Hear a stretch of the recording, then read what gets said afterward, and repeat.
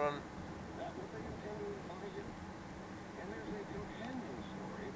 This is from the Washington Post. What would Jesus do if, you know, you're driving out of the church parking lot and somebody yells at you, maybe even cusses you out here? Well, I might as well make in the church parking lot. I know what I would do in the flesh. I drive a pickup. Big. But you know, if in a moment of restraint, I think about what Jesus would do, it's amazing what it does to my tendency to retaliate. The one who says he abides in him ought to walk just like he walked.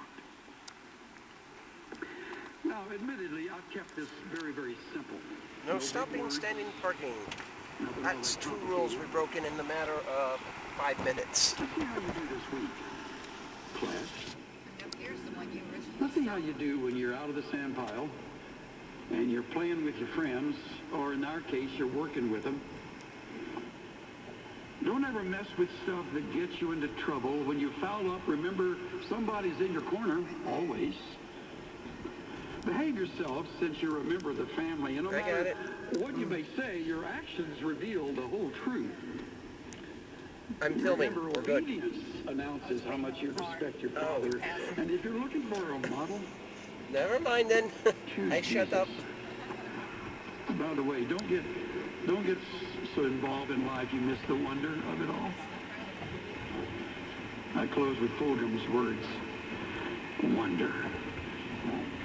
Remember the little seed in the styrofoam cup? The roots grow down and the plant grows up, and nobody really knows how or why. Well, we're all like that. Goldfish and hamsters and white mice. And then remember the Dick and Jane book word, the biggest word of all. Look!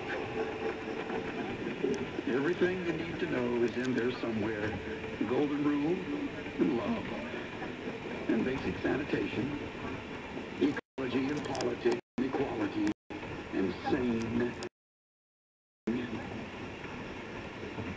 Take any one of those items and extrapolate it into sophisticated adult terms and apply it to your family life, or your work, or your government, or your world, and it holds true and clear and firm. Think what a better world it would be if we all, the whole world, had cookies and milk about 3 o'clock every afternoon, and then lay down on our blankets for a nap.